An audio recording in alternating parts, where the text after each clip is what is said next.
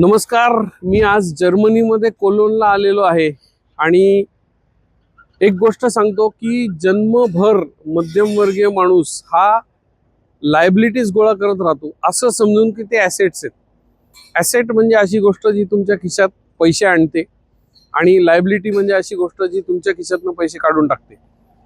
जन्मभर मध्यमवर्गीय माणूस हा मध्यमवर्गीय राहतो, त्याच्या पिढ्यानपिढ्या मध्यमवर्गीय राहतात, कारण तो अशा गोष्टी गोळा करतो ज्या त्याच्या खिशातनं सातत्याने पैसे काढून घेतात. उदाहरणार्थ घर, गाडी अशा गोष्टी.